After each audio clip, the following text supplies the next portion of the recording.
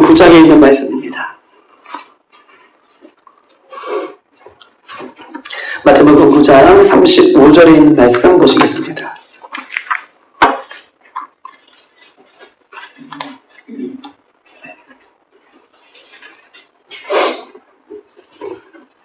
(35절) 14장입니다. 신약성경 우리 14장 마태복음 9장 35절입니다. 다 같이 자신 진절을 알고 우리 한 목소리로 합독하십니다. 시작.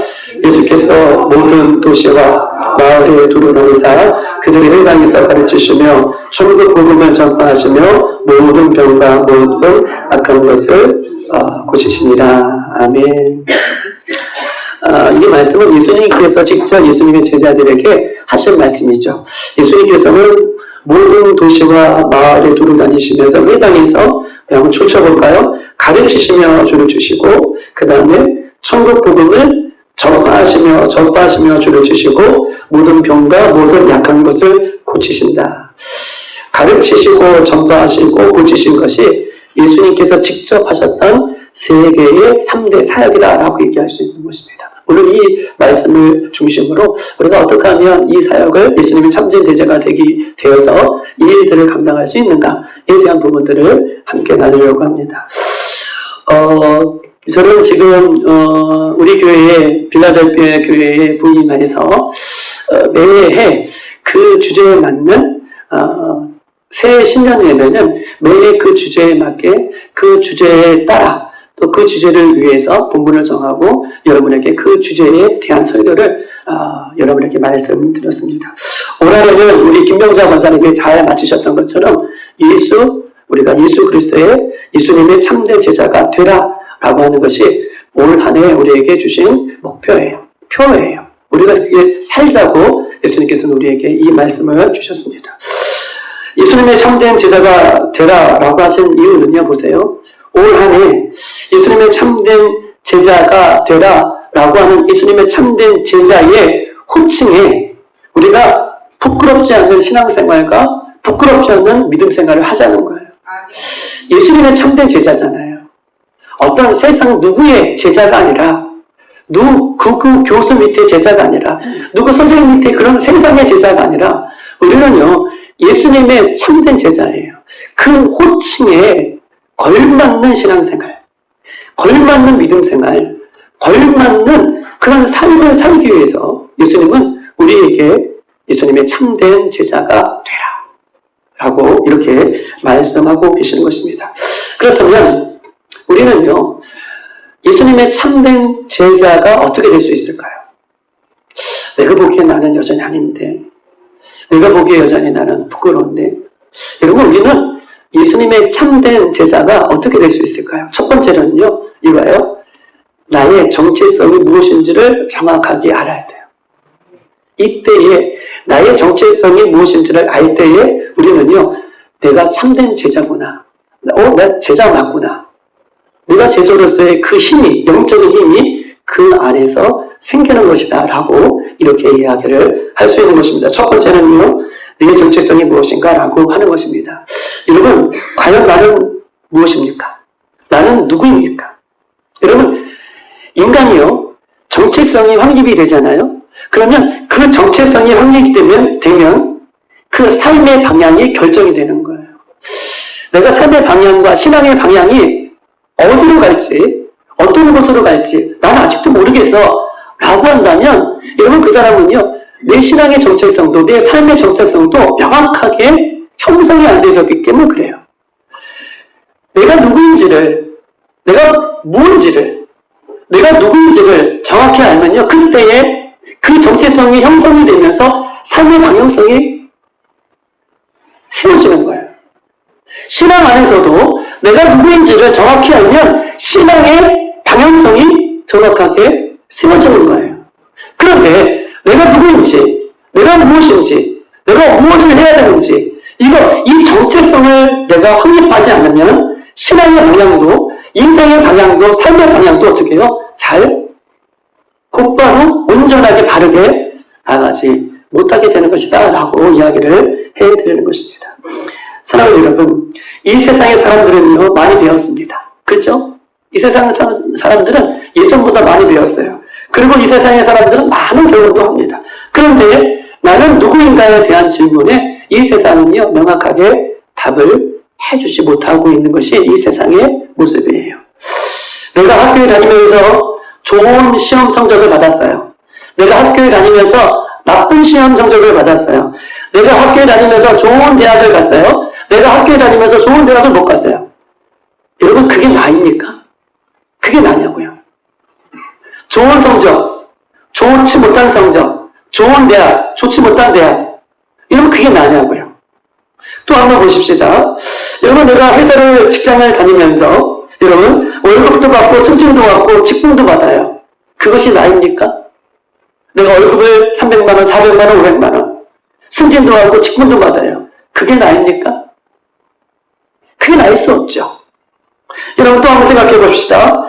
우리는 결혼을 합니다. 결혼을 하면 남편과 아내가 되고 또 뭐가 되죠? 남편과 아내가 되고 엄마가 아빠가 돼요. 여러분, 남편과 아내, 엄마가 아빠, 이것이 나입니까? 이것도 나일 수가 없어요. 여러분, 또 한번 보십시다. 교회에 다니면요, 평신도, 집사님, 권사님, 장로님, 전도사님, 목사님, 이것이 나입니까? 이것은 나일 수 없죠. 또한 이 세상의 아이들은요, 요즘은 너무나 혼란스러워. 이걸 한번 더 적어놨어요. 이 세상의 아이들은요, 자신의 성을 결정할 수 있다고 가르치죠. 자신의 성을. 이 세상은 그렇게 자신의 성을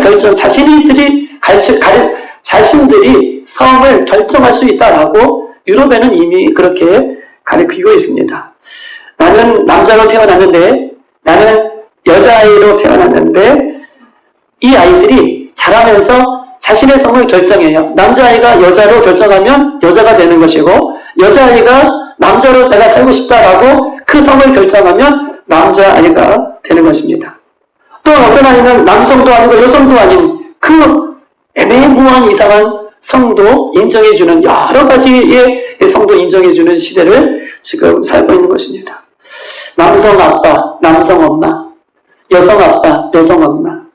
여러분, 다음 세대 아이들이 이 세상에 살아가면서 이런 것들을 통하여 자신의 정체성을 점점점 잃어버리는 거예요.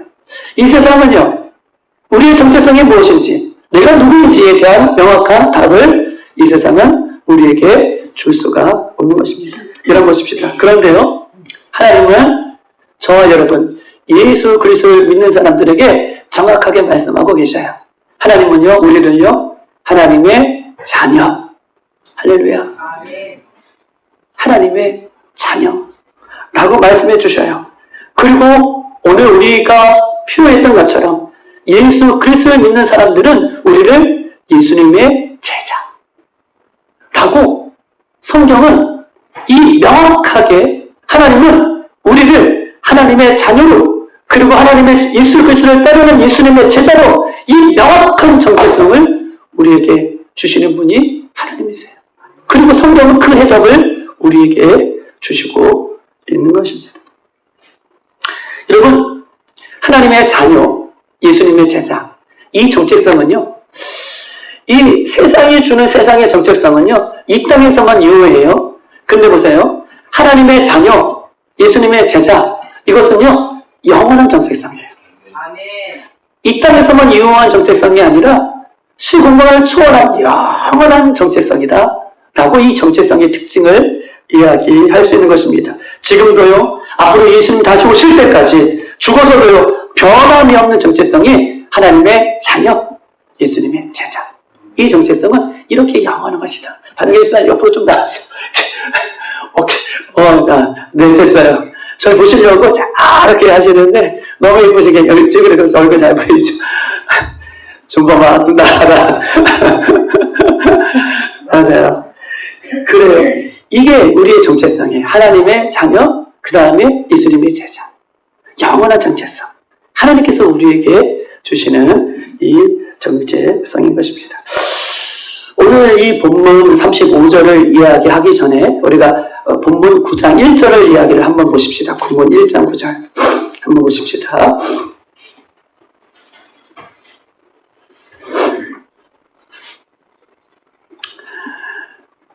자, 먼저 저도 열심히 최선을 다하여 여러분에게 한번 알기 쉽게 좀 설명을 좀 해드리려고 노력하고 있어요. 1절 다 같이 한번 읽을까요? 시작. 예수께서 배에 오르사 건너가 본 동네에 이르시니 라고 얘기해요. 여러분, 본 동네가 어디예요? 예수께서 배에 오르사 건너가 본 동네에 이르시니. 여기 본 동네가 어떤 동네를 본 동네라고 얘기할까요? 본 동네. 보았다. 이 본 동네, 예수님께서 보고 있는 동네를 본 동네라고 얘기할까요? 본 동네. 우리 이 9장 1절을 많이 읽었었잖아요. 예수님께서 건너가 본 동네에 이르시니, 여기서 본 동네는 가버나움을 얘기해요. 가버나움. 옆에 가로치시고 가버나움이라고 적으세요. 가버나움이란 뜻은요, 나훔의 집이에요. 나훔의 마을. 가버나움이잖아요. 나훔이라고 하는 사람이 있잖아요. 나훔의 마을이 가버나움이에요. 자, 여러분 보십시다. 가버나움이라는 것은 굉장히 특징이 있어요. 예수님께서 공생의 사역을 하시죠. 30년 동안은 예수님께서 이 땅에 공적인 사역을 하신 것이 아니라 개인적인 그 육신의 부모 밑에서 사시다가 이제 30살이 되고 33년까지 예수님께서 십자가에 못 박혀 죽으시기까지 이 공적인 3년 동안 공적인 사역을 하실 때에 예수님께서 가장 이 공적인 사역에서 가장 많이 또 가장 많은 사람들을 만나고 가장 많이 사역하셨던 동네가 어딜까요? 어딜까요? 가버나움이에요. 오늘 본 동네라고 하는 가버나움. 예수님께서 공적인 사역을 가장 많이 하셨던 곳이 이 가버나움 본 동네라고 하는 곳이 이 동네입니다. 여러분, 이 동네에서 예수님께서는 공적인 사역을 하시는데요. 보세요. 마태라고 하는 세리를 이 동네에서 불러주시고 제자로 삼아주십니다. 여러분, 로마의 백부장 있죠. 백부장의 하인이 그 병들었을 때 백부장의 하인을 치료해줬던 곳이 오늘 본 동네 가버나움이에요. 또 베드로의 장모가 무슨 병이 걸렸죠? 열이 펄펄 나는 열병에 걸렸을 때에도 그 베드로의 장모를 치유해줬던 것이 오늘 본문의 가버나움이에요. 더러운 귀신 들린 사람들을 치유해줬던 것이 오늘 본문의 가버나움이죠. 중풍병자, 오늘 이제 중풍병자의 얘기를 좀 하고 넘어갈 건데, 중풍병자들 친구들과 함께 그 예수님께서 머무시는 그 곳에 그 지붕을 뚫고 중풍병자를 치유받는 것이 어디예요? 오늘 본문의 가버나움이죠. 여러분, 또 많은 귀신들이 들렸던 그 귀신들과 병든 자들을 수많이 고쳤던 것이 이 가버나움이고, 또 오병이어 기적을 일으키시고 난 이후에 예수님께서 뭐라고 얘기하시냐면, 오병이어 기적을 일으키신 난 다음에 자신을 생명의 떡이라 라고 말씀해 주셨던 것이 오늘 본문의 가버나움인 것입니다. 추우면 옷 입으셔서 이게 들으셔도 돼요. 가버나움은 이렇게 예수님의 본 동네 제일 많이 가셔서 사역을 하시는 동네가 이 가버나움이에요. 가버나움은요, 예수님의 많은 기적과 이적과 예수님께서 많이 그 동네에 가셨다는 것은 제일 많이 이 가버나움에 가셔서 예수님의 진리의 말씀, 천국복음의 말씀을 이곳에서 제일 많이 해주셨습니다. 그런데 예수님은요, 이 가버나움을 가리켜 어떻게 해요? 너희가 회개하지 않는구나 라고, 마태복음 11장 23절에는 너희가 회개하지 않는구나 라고 하나님의 경고의 말씀도 어떻게 해요? 졌던 곳이 이 가버나움이에요. 제일 많이 들었고, 제일 많이 기적도 봤고, 제일 많이 하나님의 역사가, 예수님의 역사가, 예수님의 하나님 되심의 역사가 있었음에도 불구하고요, 이들이요, 가버나움이 예수님의 말씀을 듣지 못해요.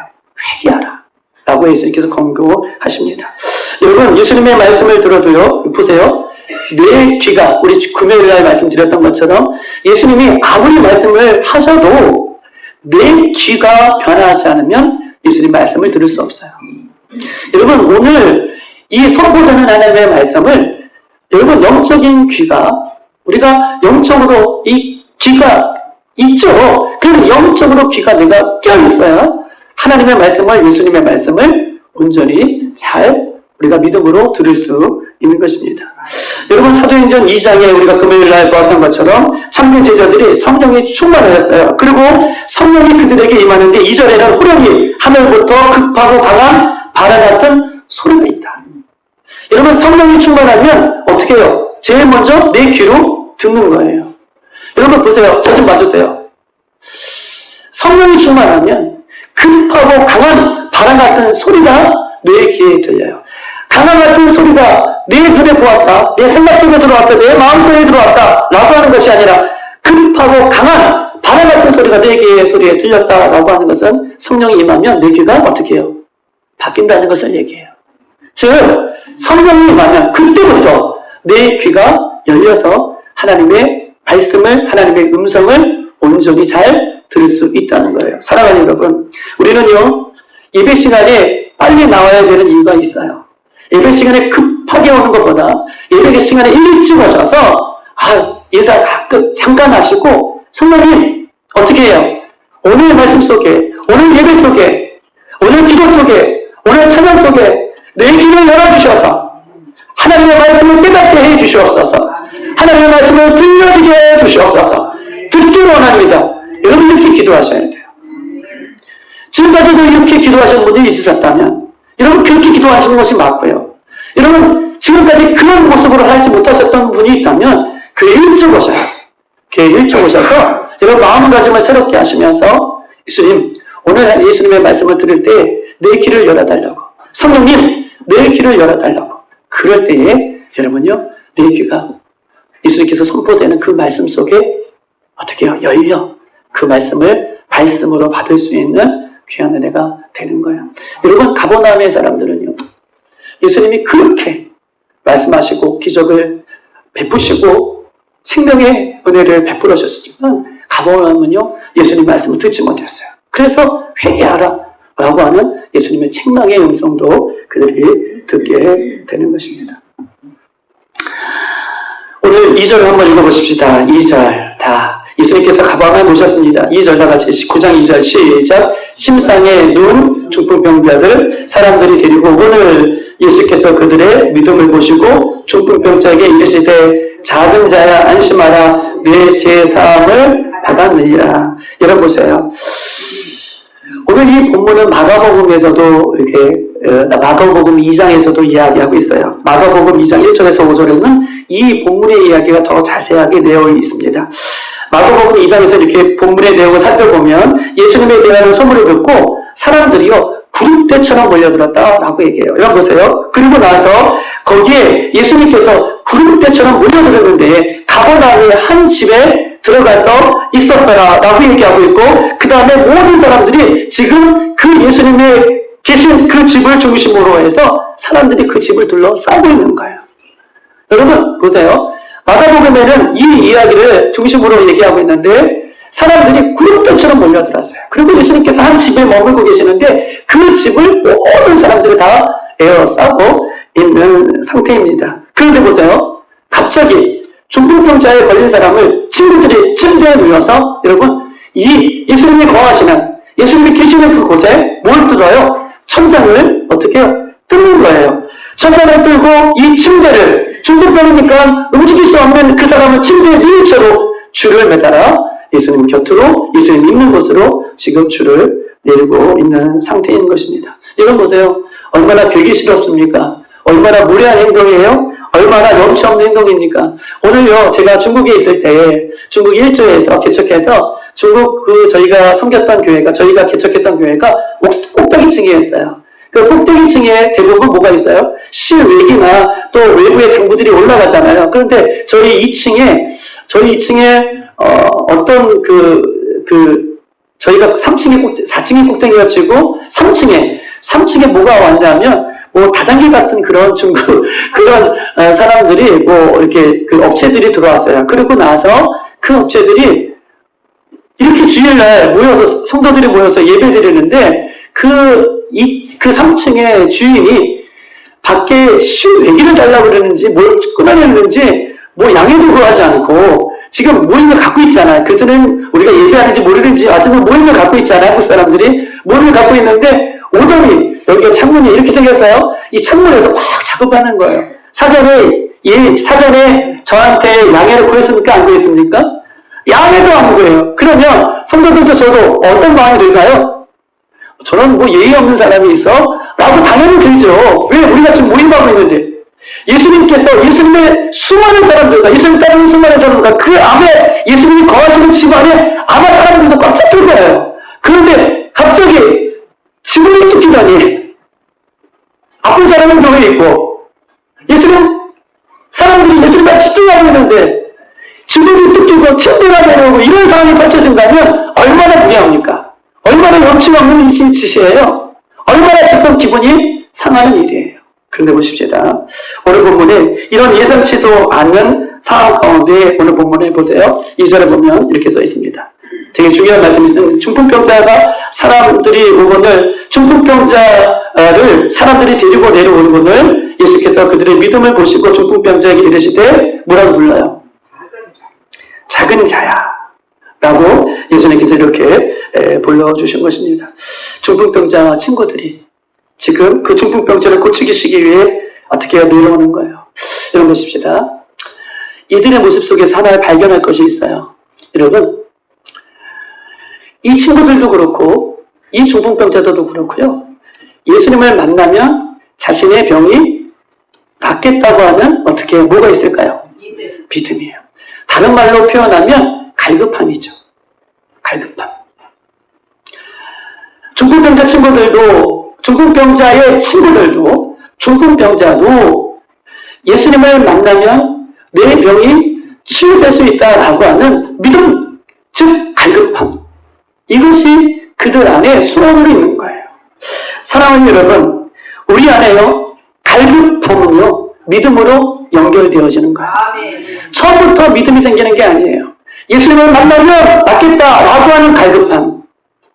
예수님을 내 친구가 만나면 치유될 수 있다라고 하는 갈급함. 그 갈급함이요, 죽음을 끊게 되고요, 그 밧줄을 내어서 예수님 앞에 나오는 거예요. 사람들이 얼마나 손가락질해 있습니까? 이 무리한 사람들아, 이런 사람들아, 이런 없는 사람들이라 라고 하는 그 사람들의 질타도 어떻게 해요? 뭐가 있는 거예요? 갈급함이 이기면, 갈급함이 생기면 어떻게 해요? 믿음으로 그것이 연결되어서 그것을 이기게 되는 것임을 성경은 우리에게 이야기를 하고 있는 것입니다. 사랑하는 여러분, 자신의 병을 치유할 수 있다라고 하는 예수님을 향한 갈급함은요, 천장을 뚫는 믿음으로 연결된다는 것을 꼭 기억하십시다. 갈급함은 믿음으로 연결되는 거예요. 사랑하는 여러분, 믿음의 특징은요, 갈급함으로 드러나는 거예요. 믿음의 특징은 갈급함으로 드러납니다. 예수님을 믿는다고 하면서 예수님을 향한 내가 갈급함이 없다? 그것은 죽은 믿음이죠. 내가 예수님을 믿으면서, 내가 예수님을 믿는다고 하면서 내 안에 갈급함이 없어요. 내 안에 예수님을 찾는 갈급함, 예배하고자 하는 갈급함, 찬양하고자 하는 갈급함, 예수님께 헌신하고자 하는 갈급함, 이 갈급함이 없다는 것은요, 그 안에 내가 죽은 모습으로 살고 있는 것을 이야기를 하고 있는 것입니다. 사랑하는 여러분, 우리 안에 잃어버렸던 갈급함이 온전히 회복되어지길 소망합니다. 갈급함은요, 믿음으로 연결되어지는 거예요. 올 한해 여러분의 생각과 마음속에 예수님의 앞에 나오지 못하는 것들이 무엇입니까? 여러분 보세요. 올 한해 내가 예수님 앞에 나오지 못하게 하는 내 생각과 마음에 여러분 방해하는 요소들이 뭐냐고요. 내 마음과 내 생각과 내 환경 속에서 예수님 앞으로 나오지 못하게 하는 것들이 뭐냐고요. 건강입니까? 여러분 물질입니까? 인간관계입니까? 여러분 이것을 뛰어넘어 나올 수 있는 갈급함이 여러분에게 회복되어지기를 원하고, 이것을 뛰어넘어 믿음으로 연결되어지는 그런 믿음의 단계까지 나아가기를 주님의 이름으로 축복합니다. 우리 예수님께서 그 병든 자, 중풍병자가 내려오는 걸 보았어요. 그러면서 그 병든 자, 중풍병자에게 이렇게 얘기합니다. 작은 자야. 작은 자. 여러분 영어에는 뭐라고 써 있을까요? 영어 성경에는 son이라고 있어요. 작은 자야. 여러분 작은 자야. 작은 자는 영어로 son, 아들이라고 얘기해요. 즉 자녀라고 얘기해요. 사랑하는 여러분, 중풍병자는요, 평생 동안 중풍병에 걸려서 세상 사람들이 이렇게 얘기해요. 야 병신아, 야 병든 자야, 야 귀신 들린 자야, 저 불쌍한 사람. 여러분 평생을 세상 사람들은 자신을 그렇게 불러줬어요. 그런데 예수님 앞에 나오면, 예수님을 만나면 예수님께서 그를 중풍병자라고 얘기하지 않고 아들아, 자녀야, 나의 아들아, 나의 자녀라 라고 불러주신다는 거예요. 이게 우리의 정체성이에요. 예수님을 만나는 게 우리의 정체성이에요. 세상 사람들은요, 나의 외모를 보고요, 세상 사람은 나의 주의를 보고요. 세상 사람들은 나의 위치를 보지만 예수님을 만난 사람은 예수님께서 우리를 불러주시는데 나의 아들아, 나의 자녀야 라고 불러주시는 것입니다. 여러분, 이것이 우리의 정체성이에요. 하나님은요, 예수님을 만나면 하나님의 자녀가 되는 거예요. 내 아들아, 내 딸아. 이것이 하나님의 정체성인 것입니다. 영접하는 자, 곧 그 이름을 믿는 자에게는 하나님의 자녀가 되는 권세를 주셔요. 여러분, 멋지보다 못한 우리, 겨자씨보다 못한 우리, 눈만 뜨면 죄 짓는 우리, 우상을 만들어내는 우상 공장인 우리가 영접하는 자, 곧 그 이름을 믿는 자에게는 하나님의 자녀가 되는 권세예요. 그 하나님도 자녀된 우리를 너무나 사랑하여 주셔서 하나님의 아들 예수마저도 우리에게 주실 수 있는 그 사랑으로 우리의 자녀된 우리를 사랑해 주시는 거죠. 여러분, 세상 속에 나가서 여러분이 누구세요? 라고 물어본다면 나는 하나님의 자녀입니다. 이 정체성을 우리가 온전히 드러낼 수 있는 여러분 되시기를 주님의 이름으로 축복합니다. 여러분, 이 정체성이 있을 때 나는 하나님의 자녀고 나는 예수님의 제자야 라고 정체성이 있을 때 그 정체성에 맞는 어떻게 해요? 힘이 생기는 거예요. 내가 누구인지 모르면요, 참된 제자라고 예수님의 우리는 참된 제자입니다 라고 불러도 예수님의 참된 제자로 살 수가 없는 거예요. 내 정체성이 확립되어야 그 정체성이 방향을 결정해요. 오늘 여러분 안에 나는 예수님의 참된 제자구나, 나는 하나님의 자녀구나 라고 하는 정체성이 어떤 것도 무엇보다도 그래서 우선순위 되어서 이 세상을 능히 이길 수 있는 여러분이 되시기를 소망합니다. 한번 따라해봅시다. 나는 하나님의 자녀야. 나는 예수님의 제자야. 할렐루야. 아멘. 아멘. 두 번째로 우리의 정체성을 이제 알아야 돼요. 이제 나의 정체성을 알았다면 우리의 정체성을 알아야 된다라고 하는 것입니다. 오늘 본문에 보면요, 예수님께서 중풍병자를 만날 줄 때에 이 중풍병자를 데리기 오기 위해서 누가 함께했죠? 중풍병자의 친구들이 함께 중풍병자를 함께 데리고 옵니다. 중풍병자와 친구들은 예수님 앞에 나아가, 여러분 보세요. 중풍병자와 친구들은 예수님 앞에 나아가는 데 있어서 사람들이 그를 가로막았고요, 천장이 그를 가로막았습니다. 그런데요, 예수님을 향한 믿음이 있을 때에 그 믿음은요, 불가능을 이기게 하는 거예요. 예수님을 향한 믿음이 있을 때 불가능을 이기게 하는 것인데, 사람의 말과 사람의 그런 가로막힘과 환경의 가로막힘을 뛰어넘을 수 있는 의를 하나님께서는 허락해 주고 있는 것입니다. 여러분 보세요. 모세는요, 430년 동안 이 애굽에 살던 이 수많은 하나님의 백성들을 이끌고 광야로 약속의 땅으로 어떻게 해요? 하나님의 약속을 붙들고 나아갑니다. 그런데요, 하나님의 말씀에 순종해 이 애굽에서 나와 가나안 땅으로 가는데요, 늘 그 모세와 이 이스라엘 백성들에게는 진퇴양면이 앞으로도 갈 수 없고 뒤로도 갈 수 없는 환경들이 너무나 많나요. 너무나 많이 만나요. 홍해를 만나고요, 광야를 만나요, 먹을 것이 없는 것을 만나요, 뱀에 물리기도 하고요, 여러 가지 환경들을 만나요. 앞으로 갈 수도 없고 뒤로도 물을 수 없는 그런 환경 속에서 예수님을 믿었던 그 모세는요, 누구를 바라보죠? 그런 환경 속에서도 예수님을, 하나님을 바라보며 그 환경을 뛰어넘는 은혜를 모세는 경험해요. 여러분 보십시다.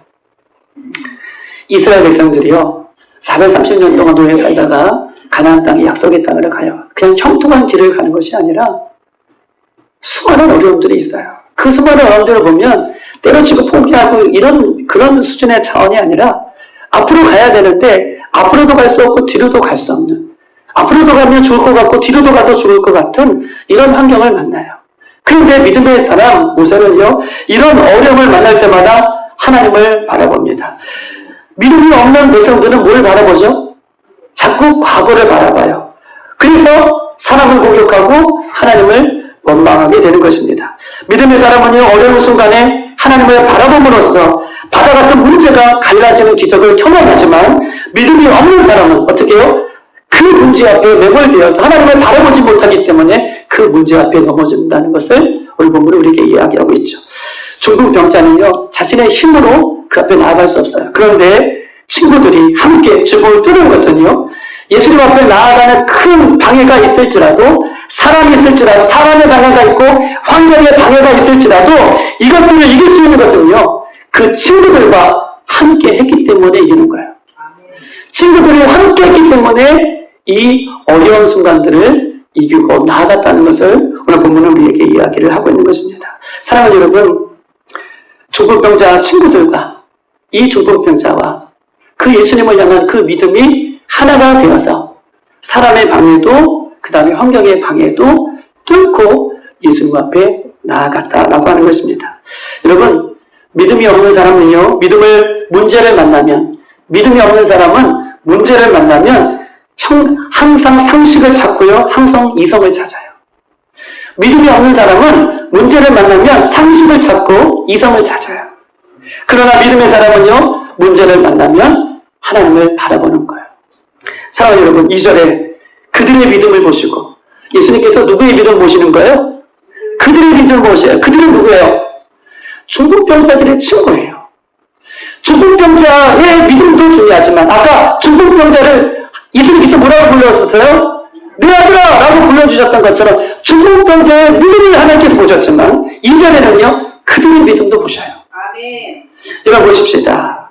중풍병자의 믿음만 보시는 것이 아니라 그들의 믿음을 보시고 예수님이 그들을 칭찬해 주십니다. 이것이 여러분 공동체의 뭐예요? 정체성이에요. 즉 공동체의 정체성은요, 함께 가는 것입니다. 아멘. 이것이 공동체의 정체성이에요. 공동체의 정체성은요, 함께 가는 거예요. 교회 안에는요, 한 개인의 믿음도 중요하지만 교회 안은요, 공동체의 믿음이 중요해요. 교회 안에서 한 명으로 함께 예배하며 함께 기도하며 함께 앞으로 나아갈 때에 예수님은요, 그 공동체를 향하여 오히려 더 큰 은혜를 베풀어 주시는 거예요. 사랑하는 여러분, 사도행전 보세요. 2장에 여러분, 개인에게 성령이 임하기 전에 어디에 먼저 임하여? 그 무리에게 성령이 임했고요, 또 각자 각자의 성령이 임해요. 첫 번째 순서는요, 그 오순절 다락방에 그 모인 공동체에게 성령이 임하고 그 다음 개별적으로 성령이 임하는 것을 우리에게 이야기를 하고 있는 것입니다. 사랑하는 여러분, 우리는요, 교회 안에서도 우리나라에서는요, 개인으로는 교회 안에서도 우리나라 안에서도 개인으로는 너무나 잘해요. 교회 안에서도 개인적인 신앙을 너무나 잘 지켜요. 근데 우리나라의 특징인가요? 우리나라의 모습인가요? 뭉치면 못하는 거예요. 중국 사람들은 뭉치면 어떤 큰 일을 도모하는데 우리나라 사람은 뭉치면 우리끼리 싸워요. 그런데 예수 그리스도를 믿는 공동체는요, 함께 가는 거예요. 이것이 정체성이에요. 함께 가는 거예요. 오늘 본문의 친구들은요, 그 친구를 돕기 위하여, 그 친구를 예수님 앞에 데려가기 위하여 함께 그 친구와 친구들의 믿음이 함께 합해졌습니다. 사랑하는 여러분, 올 한해 우리 교회가 서로 함께 예수님 안에 한 믿음을 가지고 우리가 예수님을 향해 전진해 나가는 믿음의 공동체로 여러분 되기 위해서는요, 각자가 이 공동체 안에 예수님처럼 하나님의 미랄처럼 썩어져야 돼요. 그래야 함께 될 수 있는 것입니다. 함께 되는 거예요. 여러분, 이 친구들이요, 야, 무거우니까 너 뒤에 들어, 너 무거우니까 앞에 들어, 이랬을까요? 이 친구들 예수님 앞에 데리고 하기 위해서요, 여러분, 지붕을 뚫고 사람들이 몰아들이는 것도 함께 짊어지고 가는 거예요. 함께 그곳에서 미랄로 자신의 역할들을 감당한 것이죠. 여러분, 공동체는요, 함께 가는 것인데 함께 가기 위해서는 서로가 서로를 향해 여러분 썩어져가는 미랄이 될 때에 그 안에 함께 갈 수 있는 아름다운 모습을 회복할 수 있는 것입니다. 여러분 보십시다. 그리고 나서 예수님께서는 오늘 9장 35절 이렇게 이야기하고 있는 것이죠.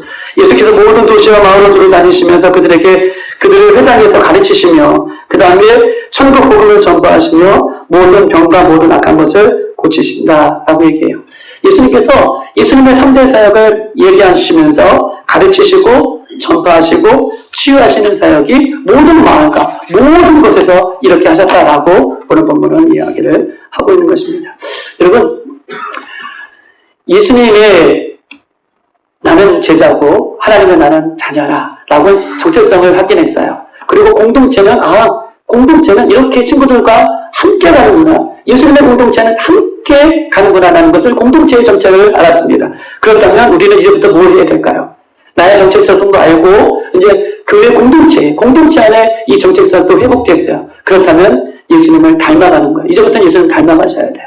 세 번째, 예수님을 닮아가는 것입니다. 그런데 예수님을 닮아가는 건 또 어떻게 닮아가는 걸까요? 예수님이 하셨던 그대로를 닮아가면 되는 거예요. 할렐루야. 우리가 잘하는 것은 뭐예요? 우리가 잘하는 것은요, 예수님이 하지 않는 것, 그 이상의 것을 하는 것이 잘하는 것이 아니라 예수님이 하신 것을 그대로 하는 것이 잘하는 거예요. 예수님이 이 땅에 오셔서 어떻게 하셨습니까? 가르치시고요, 전파하시고요, 치유하셨어요. 이것을 닮아가는 것이 잘하는 거예요. 우리는 이것을 닮아가기 위해서 나의 정체성을 회복하는 것이고요, 우리의 정체성을 회복한 거예요. 예수님을 닮아가기 위해서. 그럼 예수님은 어떤 일을 하셨나? 온 마을과 온 사람들을 만날 때마다 가르치시고 치유하시고 회복하셨다. 이것이 예수님의 3대 사역을 닮아가는 것입니다. 여러분, 고린도전서 11장 1절에 이렇게 써 있습니다. 내가 그리스도를 본받는 것 같이 너희도 누구를 본받으라? 나를 본받으라. 여러분, 예수 그리스도를 누가 본받았어요? 사도 바울이 본받았어요. 사도 바울이 본받은 것처럼 너희도 누구를 본받으라는 거예요? 나를 본받으라 라고 얘기하고 있습니다. 여러분 보세요. 바울은요, 예수님을 온전히 본받지 못하였다면, 온전히 예수님을 닮지 못했다면 예수님 그 바울을 따르는 제자들에게도 나를 본받으라고 말씀하지 못할 거예요. 에이, 목사님 특별하십니까요? 목사님 부름받았습니까요? 아니에요. 예수님의 참된 제자는요, 예수님의 아들님들을 다 본받을 수 있어요. 할 수 있어요. 바울이 얘기하잖아요. 예수님께서 바울이 예수님을 내가 본받은 것처럼 너희도 나를 본받으라 라고 하는 것은 못할 일을 여러분에게 얘기하는 것이 아니라, 못할 일을 우리 교회에게 얘기하시는 것이 아니라, 나도 했기 때문에 샘플로 너희들도 할 수 있고 우리 교회도 할 수 있다라는 것을 보여주는 거예요. 할렐루야. 우리 가정도 할 수 있고 누구도 할 수 있다는 것을 샘플로 보여주는 거예요. 여러분, 바울은 어떤 사람입니까? 오히려 바울은 예수님을 뜻밖했던 사람이에요. 예수님을 전투했던 사람이에요. 예수님을 믿던 사람들을 잡아 죽이려고 했던 사람이에요. 그 사람도 예수님을 만나기, 예수님을 온전히 닮고 예수님을 온전히 해가셨던 일을 해갔던 것처럼 우리는 할 수 있다는 거예요. 이런 마음을 굳어 먹으셔야 돼요. 이 일은 누구에 임한 일이다. 이 일은 누구에게만 해당되는 얘기다. 이 얘기가 아니에요. 저와 여러분 누구나 할 수 있음을, 누구나 닮아갈 수 있음을, 예수님을 닮아갈 수 있음을 오늘 본문은 우리에게 이야기를 하고 있는 것입니다. 그러면 목사님, 더 뭐가 필요해요? 예수님을 닮고 싶은데 더 뭐가 필요합니다. 좀 더 힘을 주세요. 어떻게 하면 예수님 3대 사역을 내가 온전히 감당할 수 있겠습니까? 결론입니다. 어떻게 감당할 수 있을까요? 결론은요, 신앙 고백이 있어야 돼요. 자, 무슨 얘기냐 한번 보겠습니다. 여러분, 신앙 고백은요, 능력입니다. 할렐루야. 신앙 고백의 능력이에요. 신앙 고백을 통해서 믿음의 능력이 나타나는 것입니다. 믿음이 있는데 신앙 고백이 없다? 그것은 믿음이 없는 것이요. 여러분, 믿음의 능력은요, 신앙 고백으로 드러나기 때문에 내가 믿음의 고백이 있는데, 내가 신앙 고백이 있는데 믿음의 역사가 없다. 아니라는 거예요. 신앙 고백이 있으면 반드시 믿음의 역사가 일어나게 되어 있다. 뭐예요? 신앙 고백이 있으면 뭐가 일어나요? 믿음의 역사가. 다시 한번. 신앙 고백이 있으면 뭐가 일어나요? 믿음의 역사. 신앙 고백이 있으면 뭐가 일어나요? 믿음의 역사가 일어나는 것입니다. 여러분 보세요. 예수님 우리에게 이렇게 얘기합니다. 우리가 입으로 예수를 구주로 시인하면 뭐가 시작돼요? 구원의 역사가 시작되는 거예요. 믿음으로, 입으로 예수님을 나의 구주로 고백하면 그때부터 뭐가 일어나는 거예요? 믿음의 구원의 역사가 시작돼요. 자, 신앙 고백은 무슨 역사가 일어나요? 믿음의 역사. 다시 한번, 신앙 고백은 뭐가 일어나요? 믿음의 역사. 예수를 내 입으로 시인하면 뭐가 시작되는 거? 구원의 역사가 시작이 되는 것입니다. 사랑하는 여러분, 예수님께서 가이사랴 빌립보에 이르렀어요. 그리고 제자들에게 물어봅니다. 여러분, 빌립보는 저는 가봤지만 빌립보는요 항구 도시예요. 얼마나 정말 이 항구 도시마다 우리나라도 여러분 보세요. 이 항구에 가면은 옛날에 무슨 바다신 성황당 막 이런 것들이 아주 복잡했잖아요. 이 예수님 당시에도 빌립보 지역, 이 빌립보 이런 지역들에 가면은 항구 도시이기 때문에 그 지역에는 그들이 믿는 신들이 많아요. 여러분 신들이 황폐하고 세상의 우상들이 가장 많은 이 빌립보 가이사랴 빌립보에 오셔서 예수님이 제자들에게 물어보는 거야. 야 봤지? 이 우상도 봤지? 이 저들 신들 섬기는 거 봤지? 그렇지 봤지? 그러면서 예수님께 너희는 나를 너희는 나를 누구라 하기 전에 세상 사람들이 나를 누구라 하느냐라고 먼저 물어봐요. 그때에 세상 사람들의 관점으로 세상 사람들은 예수님 이렇게 얘기하십니다 라고 얘기하죠. 세례요한, 엘리야, 선지자들 중에 하나입니다라고 세상 사람들 우리들이 이렇게 얘기하더라고요. 엘리야, 세례요한, 선지자 중에 한 분입니다 라고 얘기해요. 그렇다면 예수님께서 예수님을 따르는 제자들에게 뭐라고 물어보시죠? 너희는 나를 누구로 하느냐 라고 물어봐요. 그때에 베드로가 뭐라고 고백해요? 주는 그리스도시요 살아계신 하나님입니다. 이 고백에는 다른 말로 표현하면 예수님 나의 주인이십니다. 예수님 나의 왕이십니다. 예수님 나의 구원자이십니다. 예수님 나의 전부이십니다. 여러분 이 고백을요 예수님이 얼마나 기뻐하시는지 몰라요. 우리 신앙 고백을 베드로의 신앙 고백을 얼마나 기뻐하시는지 몰라요. 이 고백을 듣고요 예수님께서 제자들에게 뭘 알려줘요? 뭘 가르쳐줍니까? 이 고백을 듣고요 그 이후에 예수님께서 제자들에게 십자가의 복음을 가르쳐줘요. 그 전에는 예수님 아무리 제자들에게 말해도 제자들이 알아듣지 못하는데 예수님께서 이 고백을 듣고 그 이후에 예수님께서 제자들에게 십자가의 복음을 가르쳐줘요. 여러분 인자가 많은 고난을 받을 것이다. 장로들과 제사장의 서기관들이 넘겨줄 것이다. 죽은 뒤 3일 만에 부활할 것이다. 라고 하는 십자가의 복음을 언제 가르쳐줘요? 베드로의 신앙 고백 이후에 예수님께서는 제자들에게 알려주십니다. 사랑하는 여러분, 예수님은요 과거에 너 신앙 고백이 어떤 신앙 고백을 갖고 있느냐라고 물어보지 않으세요. 예수님은요 오늘 예수님의 제자들에게 오늘 너희는 나를 누구라 부르냐. 여러분 우리는 과거의 신앙 고백을 예수님께서 묻지 않는다는 거예요. 여러분 너희는 앞으로 나를 어떻게 부를 거냐 라고 미래의 신앙 고백을 먼저 우리에게 요구하지 않으세요. 우리는 과거의 예수님을 어떻게 고백했습니까? 여러분 그 고백은 과거의 고백이에요. 미래의 고백은 미래의 고백이에요. 예수님께서 너희는 나를 누구로 하느냐 예수님께서 항상 물어보는 것은 현재예요. 지금이에요.